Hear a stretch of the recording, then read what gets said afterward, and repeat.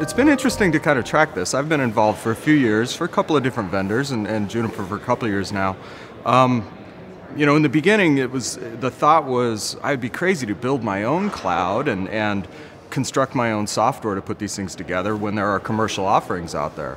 But the reality is that financial model doesn't always fit, and so very quickly, all kinds of cloud providers, and telecoms especially, started looking to the open source community to see what they could put together and see how they could build clouds. And you know, as we've seen all over, OpenStack is certainly the leader in that space. So I really feel that OpenStack is the de facto platform for communication providers for any sort of cloud venture they're going down. And I work with CSPs that are doing infrastructure as a service, and you know, outside of the US, especially where the competitive landscape's different. But certainly the NFV deployments we've seen have been OpenStack. There's been a lot of public references of large providers like AT&T and Verizon who have been at this conference in the past talking about their experiences. So yeah, OpenStack is the reality because of the open source aspect of it and the maybe not being as beholden to large vendors commercially to be able to consume that platform, and also because there really is a thriving community and a lot of collaboration around telecom use cases and NFV use cases. And so that's, I feel, why it's the leader, and it really is a de facto standard now.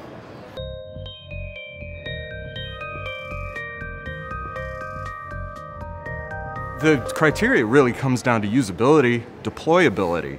You know, I was able to save some costs by maybe not buying software licenses from a large virtualization vendor, but I'm certainly adding costs with the complexity it's taken to deploy OpenStack. It's a big project with a lot of tools, a lot of bits and pieces, and not a lot of expertise available on the common market. So the talent that can build OpenStack has been a premium, and just the complexity of putting it together. So there's been a lot of focus over the last 2 cycles, maybe 3, within the OpenStack community on packaging, on making deployment much easier, making integration much simpler, you know, kind of freezing a point in time where those APIs get defined, and then we can build around that a little more. So that's really been a big enabler.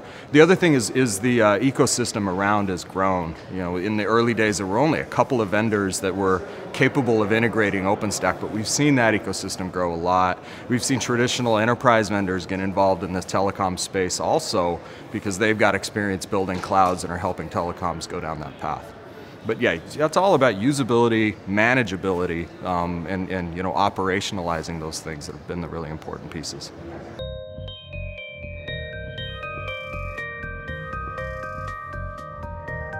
It comes down to collaboration and working together. OpenMano and OpenNFV came along after OpenStack, certainly, so OpenStack had a pretty well established model for other projects to get involved.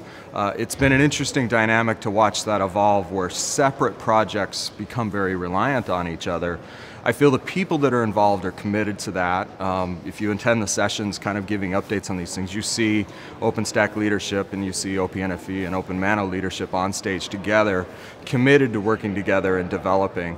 So, you know, the first step was some stability around the OpenStack platform to begin with that gives these other periphery projects something to work with and something they can build towards.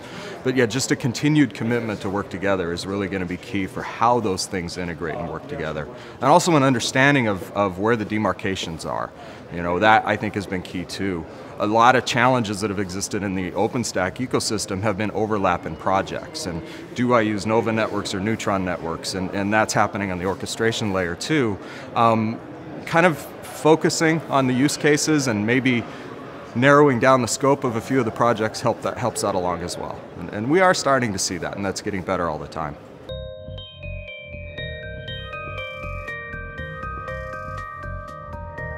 Because OpenStack is the de facto standard now for a lot of NFV clouds, and NFV is certainly going to be an important factor of 5G, yes, OpenStack by default is a part of 5G.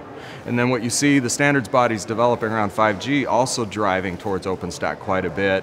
You know, as they define their frameworks on how these architectures are going to be built, OpenStack is oftentimes just clearly spelled out as a part of that. So yeah, I feel it is.